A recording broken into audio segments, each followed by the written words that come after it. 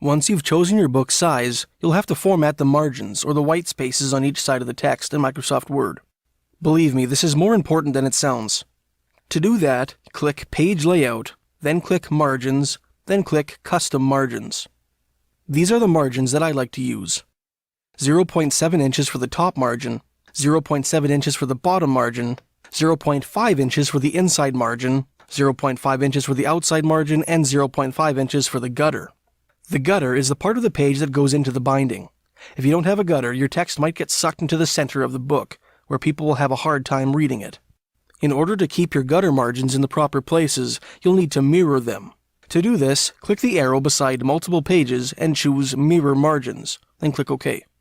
This makes it so that your gutter lies on the left side of every odd page and on the right side of every even page.